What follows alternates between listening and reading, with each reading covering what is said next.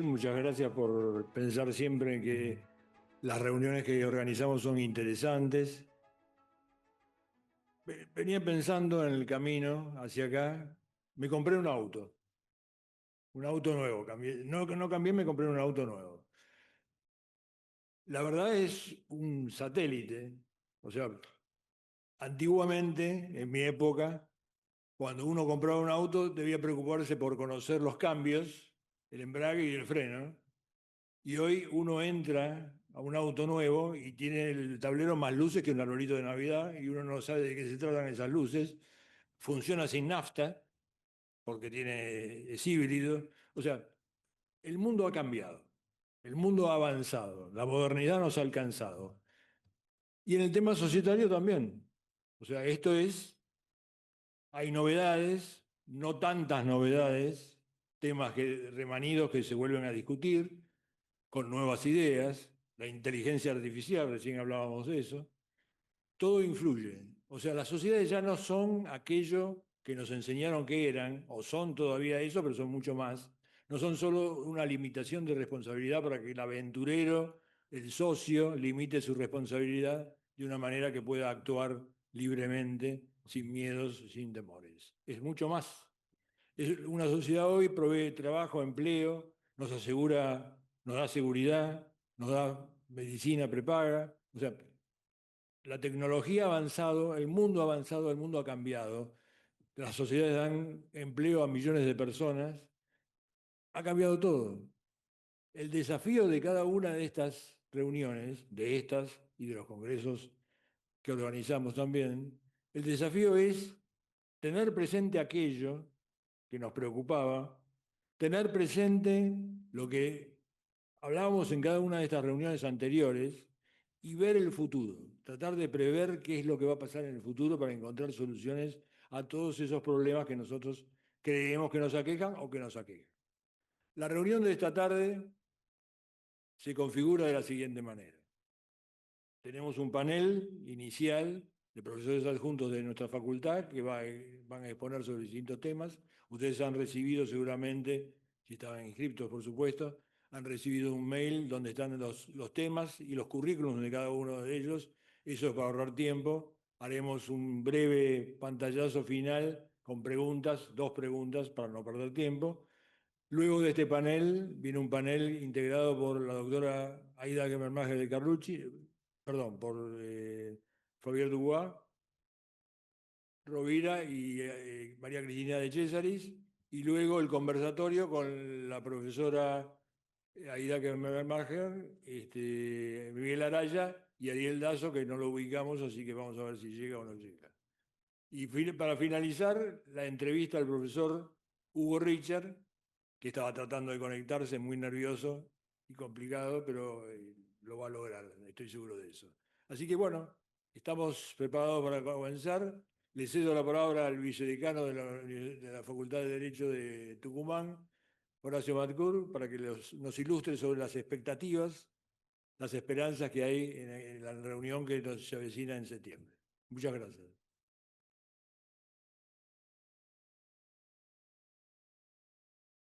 Bueno, buenas tardes. Para mí es un honor estar en nuestra querida Facultad de Derecho de la UBA, pionera, maestra de todas las otras facultades, creo, de Derecho. Simplemente estas jornadas que vamos preparando, preparatorias en diversas facultades y provincias, es como un recorrido que vamos haciendo, es para motivar a la comunidad a a que escriban y presenten sus ponencias para debatirnos, reunirnos todos juntos en septiembre en Tucumán. Los detalles que yo les puedo contar es que, y lo pueden encontrar todo en la página de web del Congreso, que es societariounet2025.com. Hemos adoptado el modelo de las jornadas tan exitosas de concursal del año pasado, de este departamento y de esta facultad, digamos, en idea, de esquema y trabajo. Esta vez el Congreso va a adoptar la posibilidad de que se inscriban estudiantes. Hemos tomado ese desafío que también se hizo ya en las concursales el año pasado acá. Y en esa página ustedes pueden encontrar, además del formulario de inscripción y la forma de alguna breve descripción de la agenda, el temario, que creo que es lo que más le va a importar, para trabajar en las 4 comisiones que hemos estructurado para debate, y el reglamento de presentación de ponencia. Esas 4 comisiones están atravesadas por los temas que habló nuestro querido profesor Schomer sobre la tecnología, pero no hay una comisión específica sobre ese tema, sino que atraviesa las 4 comisiones. La primera comisión va a tratar de nuclear a todo el debate sobre lo estructural del derecho societario de la empresa, la discusión sobre imperativismo o contractualismo, podemos traducir así, y el debate, digamos, sobre lo que se está discutiendo en el proyecto de reforma de nuestra ley de sociedades, que, como ustedes saben, no ha podido ser publicado porque hay eh, un deber de confidencialidad de los autores, pero ya ha sido presentado al Ministerio de Justicia. Los autores de ese proyecto van a estar también en Tucumán. En la Comisión 2 vamos a trabajar toda la problemática de organización interna y los conflictos de intereses entre stakeholders, inversores y los problemas de control. En la comisión número 3 se debatirá todo lo que es el problema de financiamiento y nuevas tipologías empresarias. Y en la comisión número 4, lo estoy contando así rápidamente, la relación entre la empresa, la sociedad y lo extrasocietario, la regulación, las problemáticas de regulación, de grupos de control, problemática fiscal y problemática también medioambiental. La idea es que sea un abanico amplio en donde todo lo que esté vinculado a la sociedad o a la empresa pueda ser debatido y tengan un espacio, todos ustedes, para poder debatir con con los colegas y con los grandes, como decimos nosotros. Vamos a tener unas mesas paneles en donde vamos a homenajear a nuestros queridos profesores que nos enseñaron, que están también invitados. Va a haber una mesa panel de profesores extranjeros. Hay ya confirmado 7 profesores de España, de la Universidad de Valencia, de la Complutense, de la Carlos III de Madrid. Van a venir autores de los proyectos de reformas de Uruguay. Tenemos 10 profesores uruguayos invitados. Hay 3 profesores de Brasil, un profesor peruano y uno de Chile. Digamos, va a haber una mesa panel también de profesores extranjeros. Bueno, un poco me toca a mí hacer la venta, como se dice, pero lo que quería era motivarlos, y estas jornadas preparatorias, y le agradezco a todos los ponentes, sirve casualmente como disparadores de los nuevas ideas o nuevos conflictos que se están sucediendo en el derecho societario y en el de la empresa. Así que, sin más, el 17 al 20 de septiembre lo esperamos en Tucumán. Muchas gracias. Bueno, qué mejor manera de arrancar, ¿no? Buenas tardes a todos. Mi nombre es Agustina Gambier, los voy a estar acompañando durante esta jornada. Vamos a dar inicio al primer panel, donde vamos a tener 3 expositores y un expositor muy especial que se sumará por Zoom. Así que para comenzar tendremos a Santiago Capagli, que nos compartirá sobre las medidas autosatisfactivas en los conflictos societarios, la visión de los tribunales comerciales.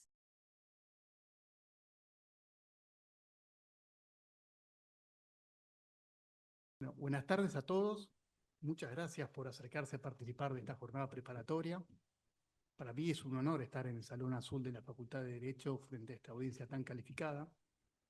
Quiero agradecer muy especialmente al titular de mi cátedra, el doctor Osvaldo Schomer, que me da la oportunidad de poder compartir con ustedes algunas ideas sobre las medidas autosatisfactivas en los conflictos societarios. Primero les quería contar por qué elegí este tema.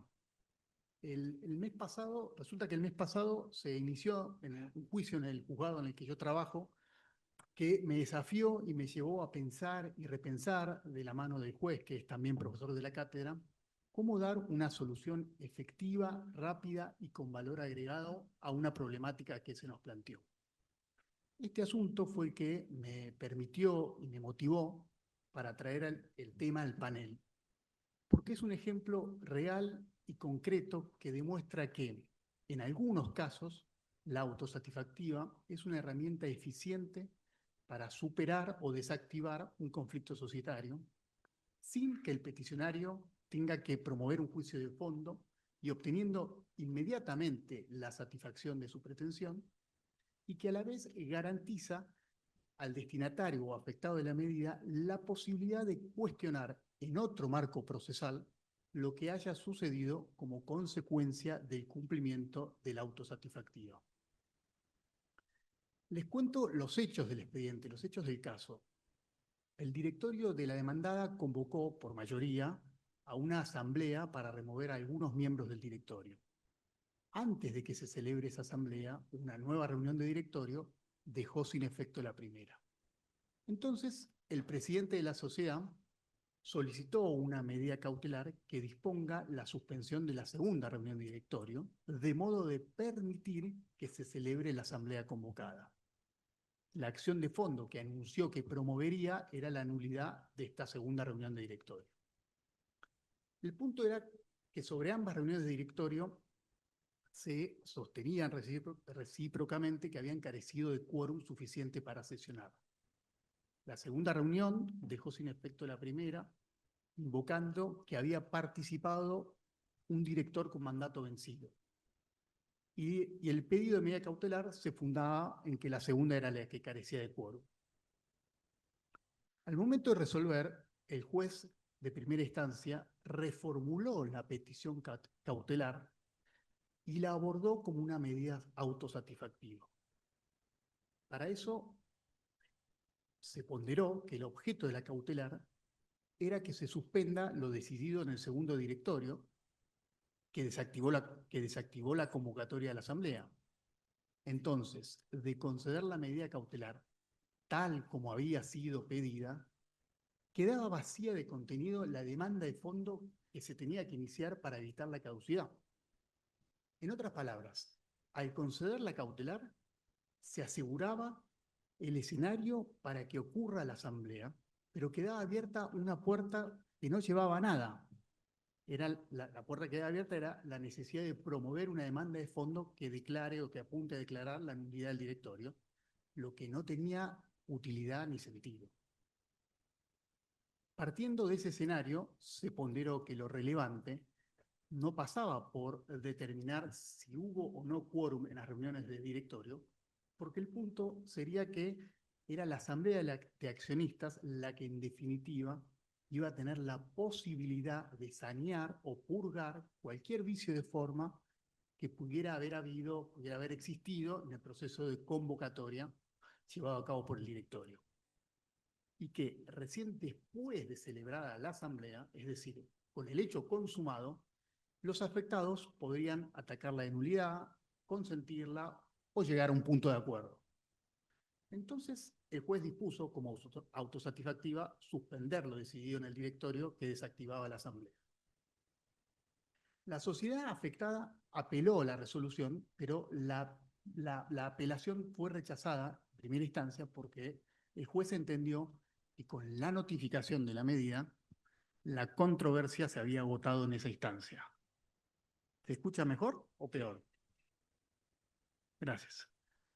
Se interpuso un recurso de queja por apelación denegada y la Sala A, integrada por Chomer y Colliker-Frers, rechazó el recurso, indicando que más allá de que la cuestión era abstracta porque ya se había celebrado la asamblea al momento de resolver, había sido bien denegado el recurso en primera instancia porque, y hago una cita textual, la quejosa tiene a su disposición los recursos y acciones pertinentes para cuestionar lo que se hubiera decidido en la Asamblea, por lo que se aprecia que el recurso fue bien denegado. Esto que les conté sucedió en menos de 30 días corridos. Y como les dije, fue una experiencia que me inspiró para traerla acá y me llevó a investigar qué están haciendo otros tribunales en situaciones similares. Por ejemplo, encontré que un director de Aerolíneas Argentinas promovió una demanda de nulidad de una reunión de directorio y simultáneamente pidió una cautelar que disponga la suspensión de una convocatoria de asamblea en cuyo punto orden del día se encontraba el tratamiento de su remoción. La trama de los hechos relevantes a grandes rasgos era con sus matices similares al de recién, pero con la diferencia de que quien pedía la medida lo hacía para que se suspenda la convocatoria de asamblea y no para que se haga.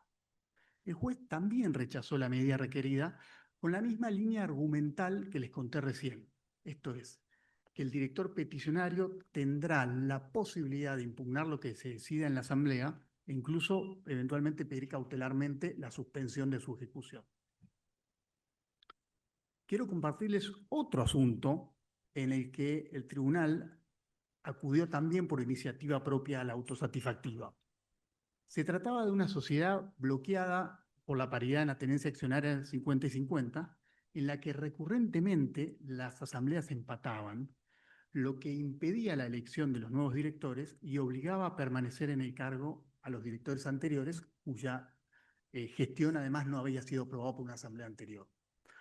La Sala F dispuso una intervención judicial plena con desplazamiento de todo el directorio hasta tanto los socios elijan nuevas autoridades, pero fijó una condición o un plazo que es que si no lo hacían en el plazo de 120 días corridos, se volvía al estado actual de la cuestión.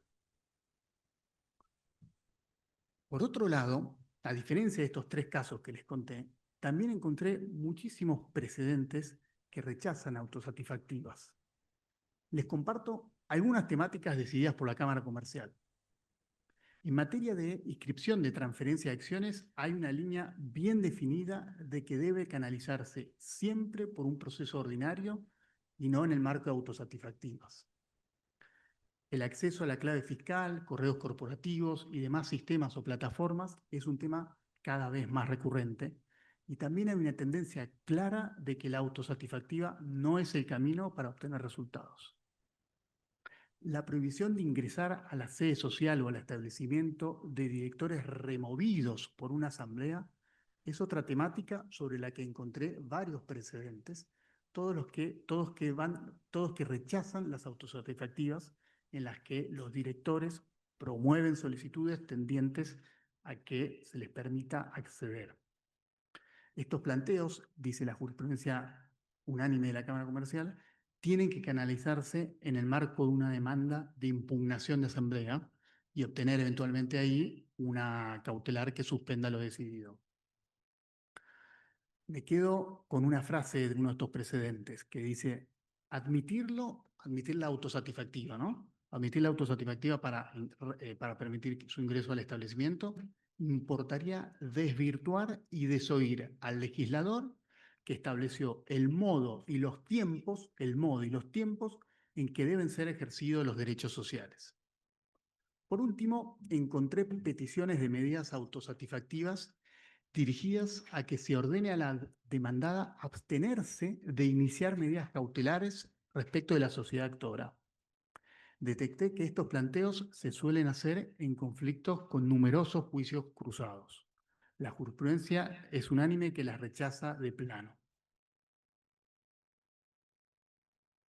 Mi conclusión final es que la medida autosatisfactiva aplicada a las controversias societarias es una herramienta eficaz para llegar a soluciones justas y rápidas, siempre y cuando quede preservado el derecho de defensa en juicio y debido proceso del afectado por la medida, para lo cual el juez debe ponderar que la decisión autosatisfactiva no genere un gravamen irreparable.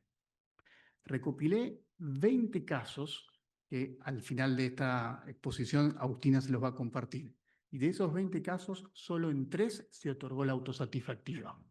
Esto verifica empíricamente lo que ya todos sabíamos, que es muy excepcional, pero dentro de esa excepcionalidad aliento a que la usemos. Muchas gracias por escuchar.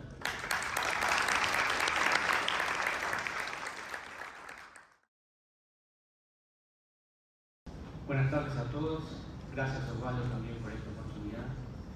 Y en el día de hoy quisiera invitarlos a todos a reflexionar. Cuando yo estaba en el colegio, en el año 92, se publicó el libro de Francis Fukuyama, El fin de la historia y el último hombre, que lo discutimos en clase de filosofía. En esa rebeldía propia de mi adolescencia, si bien compartía las ideas políticas y económicas del libro, en nada estaba de acuerdo en ese concepto del fin de la historia pudiera extrapolarse a otras cuestiones, como si el ser humano no fuera capaz de llegar a una versión más perfecta y mejorarse constantemente. Años más tarde, con este librito, acá, en la cátedra de Manóvil, con María Blanca Galimberti, empecé a estudiar sociedades. Y este mismo librito es el que hoy sigo usando para venir a dar clases. Sí, con algunos ajustes, pero cuando venimos con Santiago, el libro es el mismo. ¿Fin de la historia? No. Ya graduado, cuando cursaba mi maestría en Derecho y Economía, me topé con un trabajo de Ronald Coase, El problema del costo social, que me sorprendió por su simpleza, porque decía, si las transacciones en el mercado no tuvieran costo, lo único que importaría, dejando al lado cuestiones de equidad, sería el derecho de las distintas partes estuvieran bien definidos y que los resultados de las acciones legales fueran fáciles de prever. Aprendí luego que este concepto fue recogido por los profesores Easterbrook y Fischel en un artículo que se llama Closed Corporations and Agency Cost, del año 86. Ellos advierten que las sociedades cerradas, si el número de participantes es reducido, los derechos de propiedad están bien definidos, las partes podrán negociar los términos de intercambio y arribar a una solución más óptima, sin perjuicio de la pauta legal. Por su lado, los profesores Hassman y Crackman, en un trabajo del año 2000 que se llama The End of History of Corporate Law, toman las ideas filosóficas de Fukuyama. Y ahí ellos dicen que existe una clara tendencia hacia la convergencia en torno al modelo centrado en el interés de los accionistas, donde los administradores sociales deben exclusivamente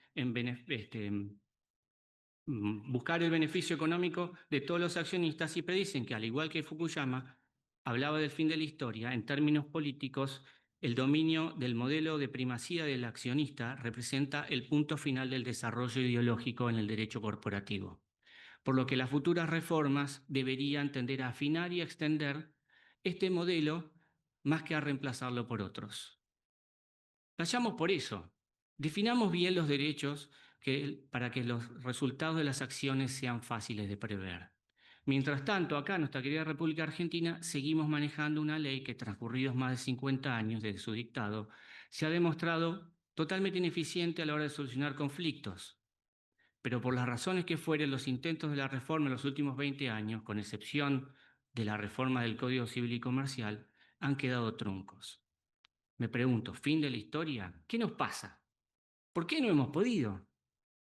Por eso mi primer llamado a la reflexión pasa por determinar qué modelo de régimen societario es el más adecuado para nuestra idiosincrasia y cultura.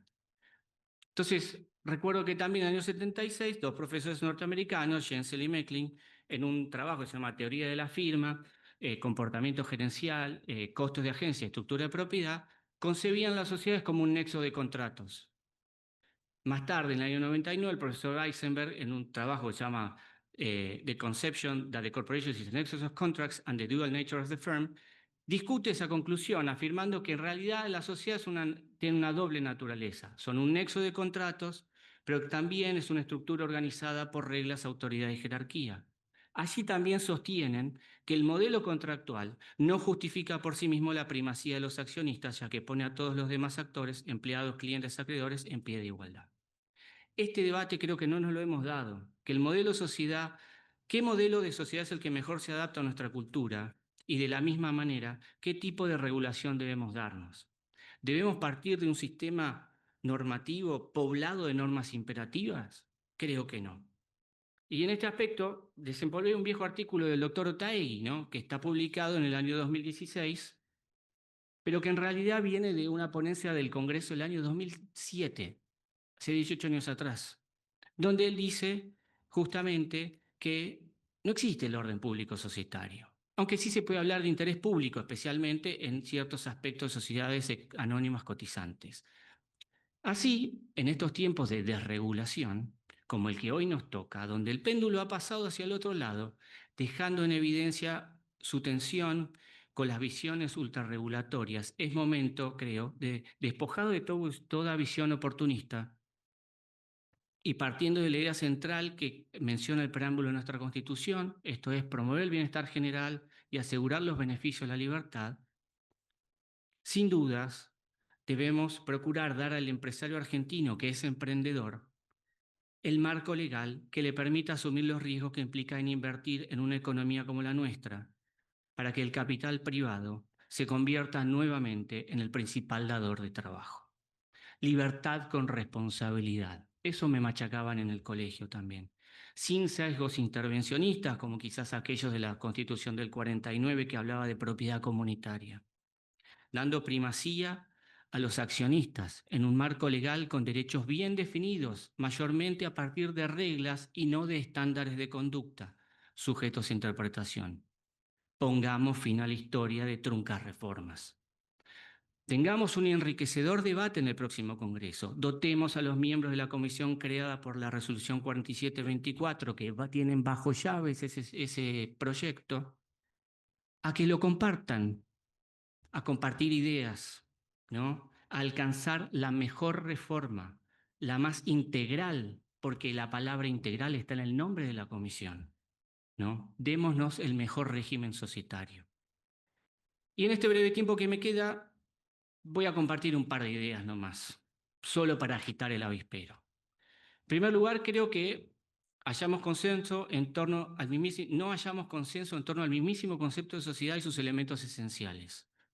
Me encontré con un trabajo de Tomás Araya, publicado en The Economy en el año 21, ¿no? Que justamente se llama La sociedad y sus elementos esenciales, donde él decía: la libertad contractual comprende la atipicidad. Cualesquiera figuras nacidas de pactos lícitos son válidas. De tal suerte, la idea de que son sociedades aquellas que adoptan alguno de los tipos que el régimen expresamente reglamenta, también debe ser abandonada. Esto es clave, ya que a partir del consentimiento nace una persona jurídica, distinta de sus socios, con personalidad jurídica, cuya existencia debe ser respetada. Es más que suficiente categorizarlas como típicas o atípicas, o incluso mejor, nominadas o innominadas. Si no, terminamos discutiendo la resolución 5 del año 25 del doctor Vítolo, si se pueden transformar o no. Por otro lado, en cuanto al respeto a la existencia de la sociedad, recuerdo que el proyecto de Pinedo incorporaba como artículo 54 ter una regulación un poquito más extensa que la que tenemos acá. Y finalmente decía expresamente lo que la doctrina y jurisprudencia mercantil dijo siempre: que el instituto del corrimiento del velo societario debe ser aplicado con estrictez, ¿no? Con suma prudencia, ¿no? Y a esa historia también tenemos que ponerle fin para darle certidumbre al empresario. Sé que no todos piensan igual. Hace poquito, 2 semanas o 3, apareció en abogados.com un artículo de un encumbrado abogado que hablaba de que ante cualquier picardía de los directores o los accionistas hay que correr el velo. Y criticaba duramente estas cuestiones, ¿no? Incluso el fallo Palomeque. Para mí esto es escandaloso. No cualquier acto ilícito puede dar lugar a una sanción tan grave como desconocer la existencia de una persona. Pongamos fin a ese.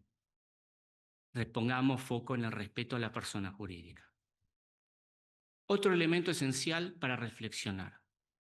¿Acaso no es hora de definitivamente abandonar la idea del capital social, que el capital social cumple una función de garantía? En los Estados Unidos, hace ya más de 50 años, se ha abandonado esta noción. La RMBCA, que está creada por académicos y por juristas y que después los estados la adoptan si quieren, ya no lo tiene ese concepto. No refiere a capital social, refiere a acciones autorizadas. no refiere al concepto de valor nominal de las acciones y no hay prohibición de emisión bajo la par, sino que delega a los administradores sociales el valor a la cual las acciones pueden ser ofrecidas como mecanismo de financiación. Y entonces simplemente cumple una función de organización. Mientras tanto, acá nuestra moneda se devalúa constantemente, ojalá que no más, pero lo ha venido haciendo. Y entonces, ¿de qué función de garantía estamos hablando? ¿Cómo explicarle a esto al inversor extranjero? Para acreedores y para quien contratas con la sociedad, lo fundamental no es la cifra del capital social, sino su estructura de capital, sus pasivos de corto y mediano plazo y su capacidad de generación de flujos de fondo, además del capital propio con el cual el ente se financia, siendo todo ello responsabilidad de los administradores. En definitiva, el patrimonio también está a la derecha del balance.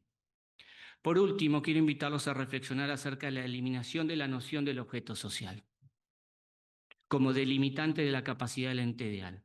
Dejemos librado eso a los socios. El modelo norteamericano de la RMBCA tampoco reglamenta. Dice, las sociedades pueden hacer lo que quieran. Si usted quiere limitarlo, hágalo. Pero si no, pueden hacer cualquier acto legal. Y eso no implica que la doctrina del ultravires no se aplica. Y les traigo una anécdota para concluir. Cuando en el año 2005 estaba en Texas, cursé Business Association con un eximio profesor que se llama Henry Hu.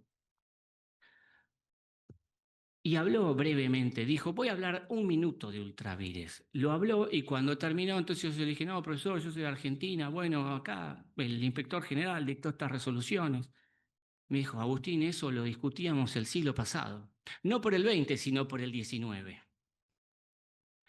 Entonces, pongamos fin también a estos debates. Cambio de gobierno, seguimos hablando de estas cosas. Pongamos fin a historia de truncas reformas de nuestro régimen legal societario. Podemos ser mejores. Aprovechemos el Congreso. Muchas gracias.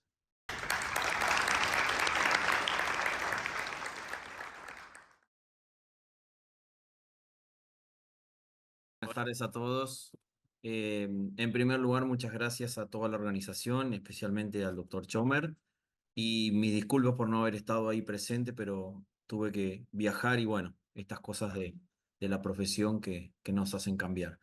Ya iniciando en la exposición, traigo un tema para debatir, que es un tema aparentemente simple, pero tiene su complejidad también. Así como es simple, también es complejo. Nosotros teníamos los pactos de herencia futuras prohibidas, los tenemos hoy en día. La problemática de nuestro país nos ha dado como consecuencia que tenemos un montón de sociedades formadas por familiares, padres, hijos. Muchas veces estas sociedades fueron formadas porque no teníamos la posibilidad de la reforma del año 2015, en donde podíamos formar sociedades de un solo socio. Entonces, quizás nuestros padres, nuestros abuelos, nuestros antepasados, formaban sociedades con personas afines, hijos, personas de confianza, familiares. Muchas veces, o en muchas oportunidades, sociedades de 2 o 3 familias. Y esas sociedades explotaban, por supuesto, un negocio y alimentaban a todas esas familias. Cuando fallece una de estas personas fundadoras, si los herederos están todos de acuerdo, no tendríamos ningún tipo de conflicto. Los conflictos vienen cuando no hay acuerdo entre los herederos y sobre todo cuando hay socios o futuros socios, que son herederos forzosos también, que no participaron de la administración. Estos socios, obviamente, herederos forzosos, futuros socios, no conocen el funcionamiento, la administración, la evaluación, sobre todo de las acciones. Los cuestionamientos que van a hacer los herederos se pueden dirigir a si la empresa es rentable o no es rentable. Es decir, si la empresa es rentable, van a discutir o van a cuestionar cosas para cobrar más o en todo caso, cobrar bien su herencia.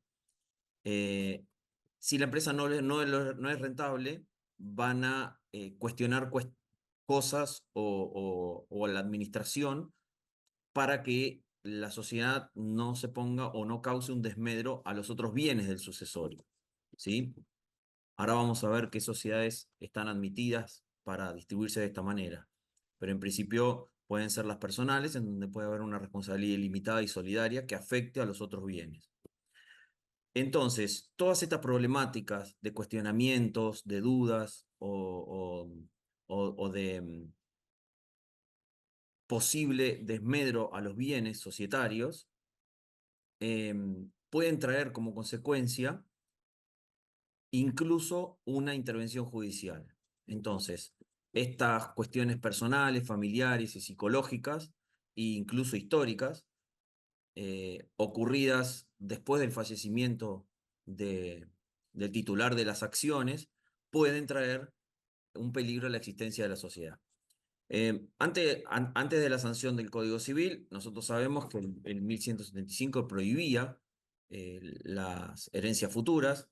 La redacción del artículo 1010 del Código Civil y Comercial permite las herencias futuras como una herramienta preventiva y más que útil para evitar estos conflictos hereditarios que luego se pueden traducir en conflictos hereditarios societarios. Como mencionó el doctor Chomer hace un ratito, tenemos que pensar en el futuro, ¿sí? ¿Qué sucede habitualmente en una sucesión? El juez, luego de dar los pasos procesales, analizar documentación, va a dictar la declaratoria de herederos y va a declarar cuáles son los herederos forzosos. Respecto de los títulos accionarios, cuando no se ponen de acuerdo, los socios, los nuevos socios pasan a ser, en su proporción, los herederos estos forzosos. Y con los socios que ya estaban en la explotación o que ya participaban de la explotación económica, no habría mucho problema porque conocen la empresa. El problema viene cuando hay herederos que adquieren la calidad de socio y no conocen la empresa. Entonces empiezan a cuestionar un montón de cosas. No solo asambleas, sino administración, balances, actos societarios en general. Si no hay acuerdo con las asignaciones que los condóminos pueden llegar a tener en un juicio sucesorio, puede ocurrir, en algunos casos, un remate. En ese remate pueden adquirir las acciones los socios anteriores. Por supuesto que hay que ver cómo está redactado el estatuto y si es una sociedad abierta o cerrada. Pero bueno, puede llegarse a dar el caso cuando existen la posibilidad de un remate y la posibilidad que adquieran esas acciones terceros, ¿sí? Y entonces el problema se puede acrecentar. Adquieren acciones terceros, ¿sí? Que vienen a, obviamente, atraer seguramente conflictos societarios y pueden crear perjuicio a la explotación comercial que realiza esta sociedad. Entonces, no solo los herederos van a tener que gastar dinero en los conflictos judiciales, incidencias, medidas cautelares, etcétera, etcétera, sino también en valuaciones, disposición de bienes, etcétera. En lo personal, salvo casos muy excepcionales, en estas circunstancias nadie gana. Por eso, el tema que traigo hoy para charlar y debatir es la conveniencia de estos pactos presucesorios o sobre herencias futuras que pueden tener como objeto, porque lo admite el Código, estas participaciones societarias. Esto es una manera de flexibilizar y evitar conflictos. El acuerdo presucesorio tiene que tener por objeto asegurar la continuidad económica, la gestión de la compañía y permite evitar un montón de conflictos. Hay que tener en cuenta que estos pactos, o sea, la ley exige que estos pactos respeten la porción legítima de cada heredero y también no se pueden dañar los derechos de los herederos o de los terceros, por supuesto. En general, cuando está en vida el causante, no hay problema o le podría ser más sencillo proponer a sus futuros herederos una forma de dividir sus bienes. ¿En qué consisten estos pactos? Bueno, el causante puede pactar con sus futuros herederos, dividir por una parte las acciones y compensar con otros bienes diversos a los restantes herederos. sobre todo a estos herederos que no participan en la sociedad y no la conocen. Obviamente todo esto está dirigido para evitar conflictos. Hay una cuestión que puede traer también conflictos, aunque haya un pacto previo a la muerte del causante, de este socio fundador, y es la variación patrimonial. No es lo mismo cuando se hace, o sea, el pacto presocitario tiene dos momentos, cuando se hace y cuando se efectiviza. Cuando se hace es cuando se firma, cuando se acuerda, cuando se efectiviza es cuando fallece el titular de las acciones. Entonces, entre estos dos momentos puede haber una variación patrimonial y puede producirse algunos reclamos por estas cuestiones. Es decir, el inmueble que me dieron a mí en compensación de las acciones que le dieron a otro de los herederos puede variar de precio, lo mismo que la sociedad puede ganar mucho más dinero después o menos, ¿sí? Estas son las variaciones y las cuestiones que tenemos que tener en cuenta en estos momentos. Antes de la reforma que permite los pactos sobre herencias futuras, teníamos dos institutos. Uno era la donación. La donación, ustedes saben que muchas veces trae algunos cuestionamientos, sobre todo cuando se donan inmuebles, ¿sí? Obviamente también tenían que respetar la porción legítima, pero también traen como consecuencia las donaciones el traspaso, ¿sí? O el movimiento patrimonial de una persona a la otra. Y entonces, por ahí, si un heredero recibe un inmueble y ya lo tiene que declarar en ganancias, bueno, se hace alguna cuestión. Otro recurso que teníamos antes de la reforma del Código Civil y Comercial, antes de la unificación, perdón, fue la figura que teníamos el fideicomiso. La figura del fideicomiso existe, se puede utilizar. Ahí dependemos de terceros y de muchas veces de anotaciones.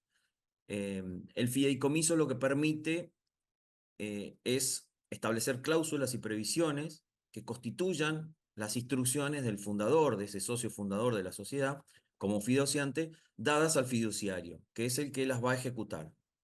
En el tema societario, estas decisiones van a ir muchas veces a la asamblea en cumplimiento de instrucciones, ¿sí? Y entonces el fiduciante, a través del fiduciario ejecutor, va a poder votar y va a poder tomar las decisiones. Con esto evitamos arrepentimientos y algunos otros problemas. Esto lo trata el doctor Fabien Dubois en un trabajo que se llama La planificación sucesoria en la empresa familiar, frente al Código Civil y Comercial. Es un trabajo que está publicado en la revista de Derecho y Familia, número 73, del año 2016. De todos modos, en la figura del fideicomiso sí existieron algunos cuestionamientos. La Inspección General de Justicia, en un fallo bastante conocido del año 21, de la Sala C de la Cámara Comercial, cuyos autos son Inspección General de Justicia con Fideicomiso GG Alliance y otros, cuestiona estos fideicomisos y en alguna medida traba lo que nosotros intentamos solucionar en el tema societario. Tendríamos que mencionar también cuáles son las partes que intervienen en estos acuerdos preventivos o presucesorios. En principio, el código da una cierta libertad para que puedan intervenir el causante y sus herederos, pero no en todos ellos es necesario. Es decir, puede intervenir el causante y los herederos, forzosos por supuesto, pero si alguno de los herederos no interviene, aquí se generaría un problema o un riesgo futuro. ¿Por qué? Porque no hay consentimiento unánime.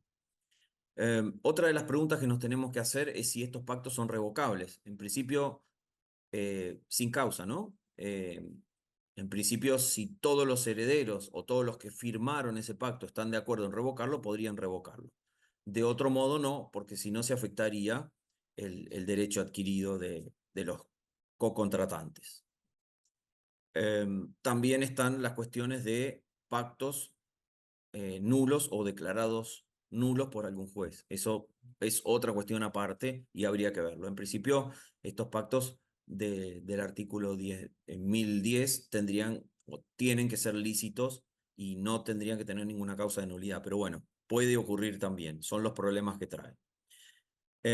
Otra de los problemas es saber si el causante en vida, antes de ser causante, puede disponer de estos bienes que cedió o que asignó a un heredero forzoso o no.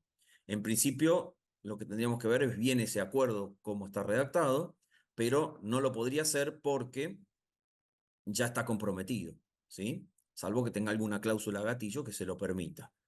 Por otro lado, si el causante no participa y solamente este acuerdo lo hacen los herederos forzosos, el causante estaría libre de poder disponer de todos sus bienes, porque no ha firmado ni está comprometido. Incluso puede testar sobre la parte no legítima. Acá se chocan o se encuentran el orden público y la autonomía de la voluntad. Eso lo trata Rolón en un trabajo que se llama Pactos sobre herencias futuras permitidos por el Código Civil y Comercial. Esto es del año 2016 y está publicado en la revista, año 2, número 4 de la ley. Estos pactos, como yo había mencionado hace un ratito, tienen dos momentos. El momento en donde se firma y el momento donde se hace efectivo. El momento donde se firma es el acuerdo, participe o no el causante, y el momento donde se hace efectivo es cuando este causante, este socio fundador, fallece. Y ahí dependen también de la decisión de un juez, porque el juez de la sucesión es el que va a declarar ¿quiénes son los herederos forzosos? Acá habría otro tipo de problema en el caso que un heredero forzoso o una de las personas firmantes de ese acuerdo no sea declarado heredero forzoso. Habría que ver cómo se resuelve este tipo de conflicto, ¿sí? Estos acuerdos también permiten poner o pactar cláusulas penales de incumplimiento, cláusulas resolutorias, incluso también designar un futuro administrador para el emprendimiento comercial o industrial. El fin que tienen estos acuerdos es asegurarse el socio fundador que continúe la misma gestión o similar gestión o negocio en la explotación económica. Ese es un poco el objetivo principal de este instituto. Hay otros países como España, Francia y Alemania, ¿sí?, que tienen este sistema, funciona y evitan muchos conflictos. Otro de los problemas que tenemos es si fallece antes una de las personas que son beneficiadas por estos acuerdos. Un heredero forzoso al cual le asignaron acciones, ¿sí?, o le asignaron otros bienes, porque se le pueden asignar otros bienes en compensación. ¿Qué pasa si fallece antes del causante? O fallece después. ¿Sus herederos pueden adquirir los derechos y las obligaciones suyas?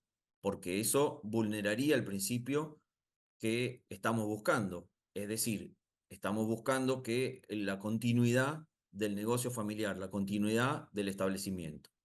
Entonces, todos estos interrogantes son cuestiones que habría que preverlas y en cada caso particular resolverlas de antemano para que no generen un conflicto. En principio, todas las cláusulas lícitas y hechas conforme al 959 son pactos, son ley para las partes, pero como mención final, lo que recomendamos todos los letrados es hacerlo en forma idónea, instrumentarlos correctamente, tratar de evitar las nulidades y tratar de prever todas estas situaciones que no son siempre lineales y que no vienen de acuerdo a cómo intentamos planificar. Como último, menciono que nosotros tendríamos que ver la manera de que estos pactos presucesorios no generen un conflicto a la sociedad y traten de ver todas las posibilidades que tenemos para instrumentar este tipo de acuerdos que son para mí una buena solución y una buena herramienta que trae el Código Civil y Comercial Unificado. Bueno, para debatir en el futuro. Muchísimas gracias.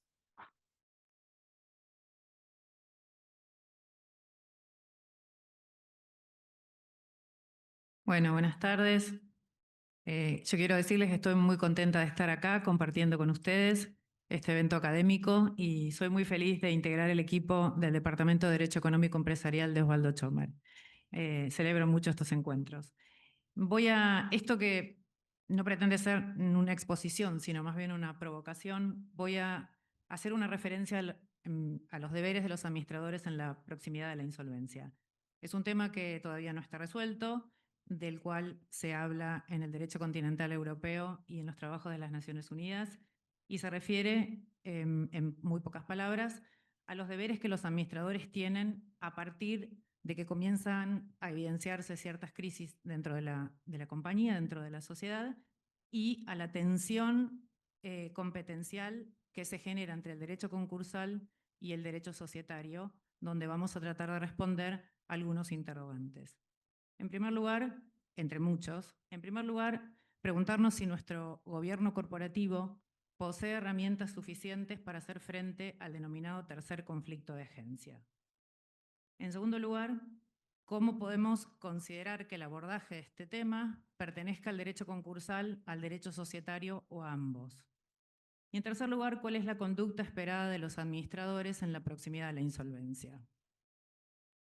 Una breve referencia a los conflictos de agencia, identificados como el de primer orden, el que sucede entre los accionistas entre sí, o los socios, el de segundo orden, el que ocurre entre los administradores y los socios recíprocamente, y el tercer conflicto de agencia es el que comienza cuando la sociedad se vincula con los acreedores, es decir, el que vincula a la sociedad con los acreedores, de manera tal que lo que se espera precisamente es que los administradores sociales actúen de una manera determinada en relación con los acreedores a partir de que comienzan a evidenciarse las primeras señales de crisis. Esto es lo que yo llamaría insolvencia incipiente.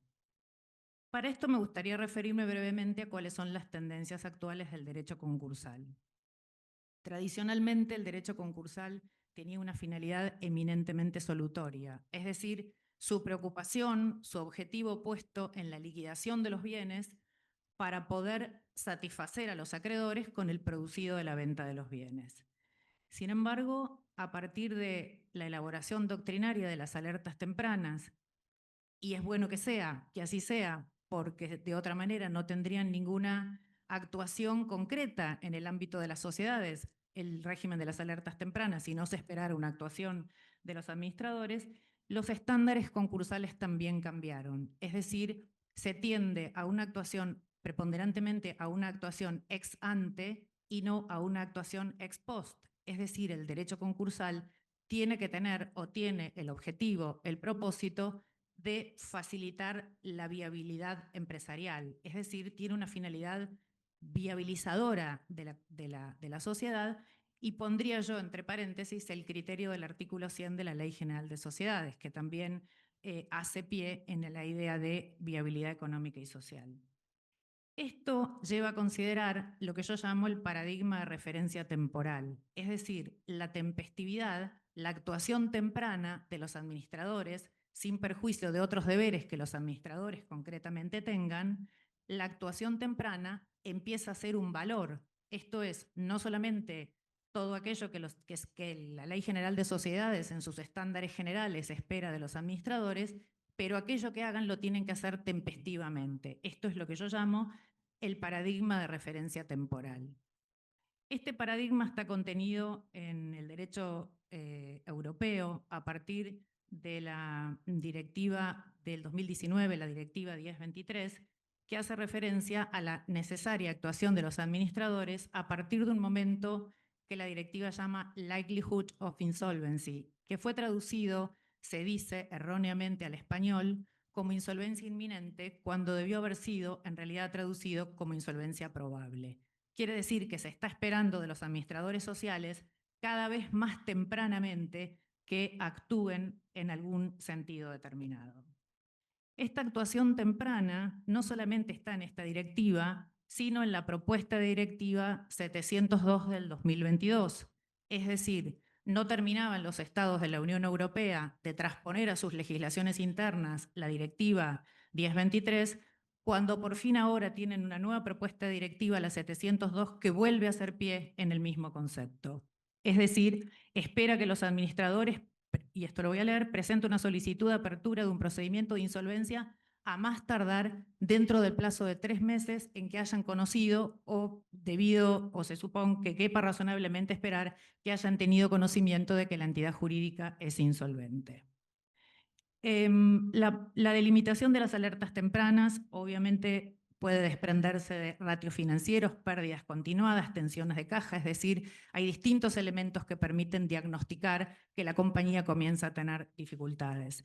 Acá quiero hacer una muy sucinta referencia a la diferencia entre insolvencia e infrapatrimonialización, porque la insolvencia hace referencia al impago, en tanto que la infrapatrimonialización a la pérdida del capital social, donde no necesariamente van juntas, pero sí se dice que la pérdida del capital social puede razonablemente estar sugiriendo que la compañía se encuentra próxima a la insolvencia. ¿Qué es lo que ocurre entonces con los administradores sociales? Se espera que actúen de esta manera y que orienten sus deberes fiduciarios a los acreedores, a un punto tal que cuando se ha perdido íntegramente el capital social, se dice también que los accionistas no tienen ningún valor residual, es decir, perdieron la compañía. De manera tal que la dirección de la orientación de los deberes fiduciarios debe estar, se dice, dirigida a los acreedores y no a los accionistas. Esto es lo que en el derecho europeo se denomina como duty shifting o shift of fiduciary duties, que hace referencia a ese cambio de los deberes fiduciarios. Me tomé la tarea de leer algunos autores europeos que sostienen esta necesidad de que los administradores sociales dirijan sus deberes fiduciarios a los acreedores sin perjuicio del interés social residual. En todo caso, habrá un momento donde convivan el interés social con el interés concursal, pero esta nueva orientación parece ser mayoritaria. Carsten Smith sostiene esto, Juana Pulgar Esquerra, Javier Mejías López, Alfredo Muñoz García, podría nombrar muchos otros autores. Pero por supuesto la biblioteca no es unánime. Hay algunos autores, como Jesús Alfaro Águila Real, que considera que no es necesario modificar los deberes de los administradores en la zona próxima a la insolvencia. Personalmente considero que sí, que sin que desaparezca el interés social, es necesario adoptar estos nuevos criterios de gobierno corporativo que maximicen el interés de los acreedores, a lo que llamaré insolvency governance, y podrá coexistir en todo caso, como dije hace un instante, con este criterio del interés social y los estándares que trae la Ley General de Sociedades. Un aspecto que todavía queda pendiente es decidir a qué ámbito competencial pertenecen estos nuevos deberes fiduciarios o estos nuevos deberes de los administradores sociales en la proximidad de la insolvencia. Personalmente, con apoyo en lo que voy a señalar ahora, a mencionar ahora, considero que son propiamente concursales. La guía legislativa de la Comisión de las Naciones Unidas para el Derecho Mercantil Internacional sobre régimen de insolvencia, en la cuarta parte, tiene en su apartado 15, específicamente menciona la necesidad de que los administradores, el régimen de insolvencia, que los administradores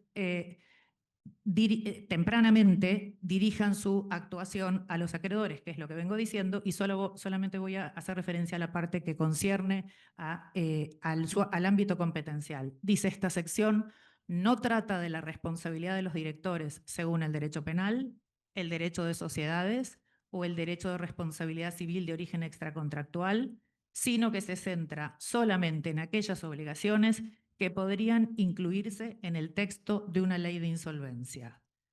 Por otro lado, la Directiva 1023, que es de la Unión Europea, que es eminentemente concursal y que fue el disparador de las reformas concursales de todos los países europeos integrantes, algunas de ellas muy nuevas, es decir, la transposición de la directiva a los derechos internos europeos es muy reciente, por eso hubo esta reviviscencia del texto de la directiva.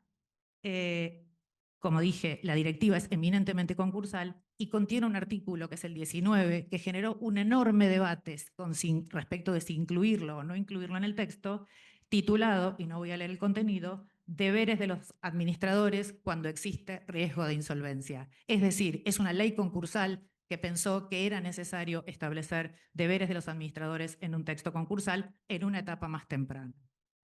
¿Cuál es la situación, sobre todo esta reviviscencia de esta problemática? Apareció en Europa a partir del año 2008 debido a la gran crisis financiera europea que sembró todas las alertas acerca de este tema. ¿Cuál es la situación argentina?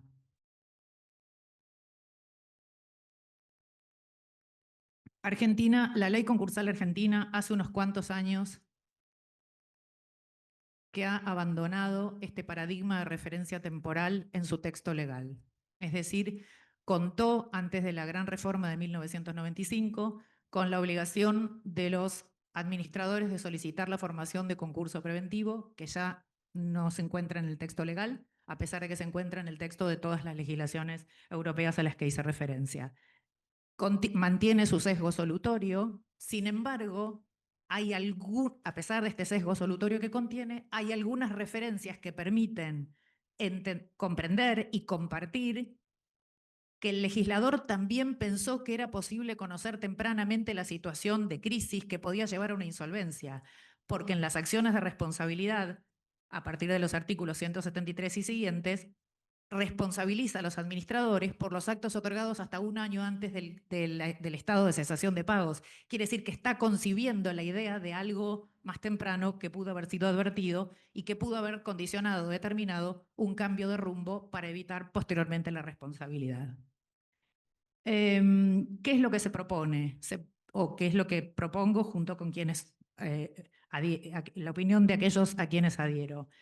No se trataría de los deberes que surgen del artículo 59 de la Ley General de Sociedades, sino que se trataría de un conjunto de deberes bastante más específicos, y la pregunta es, a modo de conclusión, ¿dónde deberían estar contenidos? Entiendo que son deberes típicamente concursales, y que la actuación temprana, como dije al principio, y voy a cerrar ahora con una referencia a Carsten Smith, es realmente un valor que los administradores sociales deben contemplar a la hora de decidir sus conductas.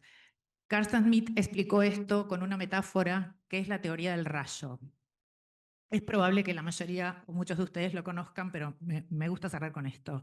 Carsten dice que la conducción de una compañía es como la conducción de un barco en la tormenta, y que entonces el capitán conduce el barco en la tormenta y se da cuenta que hay nubes negras, que hay nubarrones, y en determinado momento un rayo, no sé si lo dice así, pero un rayo lo atraviesa y él tiene que salir a explicarle a la gente que está en el barco qué es lo que sucedió con criterios de emergencia.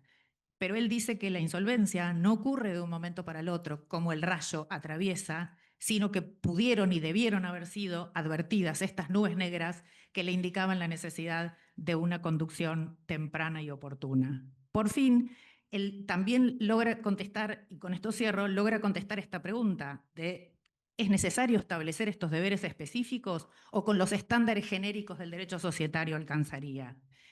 Dice Smith que el derecho ha logrado liberarse de las cadenas del pensamiento ejecutorio para convertirse en un instrumento jurídico de saneamiento y reestructuración, hace referencia al derecho concursal, pero que es imposible delimitar el momento exacto en el que se produce ese cambio de orientación de los deberes fiduciarios, y que dejarlo librado exclusivamente a los intereses de las partes podría llegar a generar numerosos problemas. Por lo tanto, y lo entrecomillo, es más productivo desde el punto de vista de política legal y de política jurídica concretar sus deberes, lo que constituye, en este caso, la conclusión de este trabajo. En definitiva, lo que propongo señalar es que considero que deberían definirse específicamente los deberes de los administradores en la zona previa a la insolvencia, en una zona bastante larga, desde la insolvencia incipiente, pasando por la insolvencia probable, hasta llegar a la insolvencia inminente y, por fin, a la insolvencia propiamente, que, como dije, en la ley argentina fue eliminada la obligación de adherir o acogerse a la ley concursal. Y en la generación de este conflicto de competencia entre el derecho concursal y el derecho societario, podría ser concursal, aunque podrían también ambas ramas del derecho colaborar eficazmente en este resultado. Muchas gracias.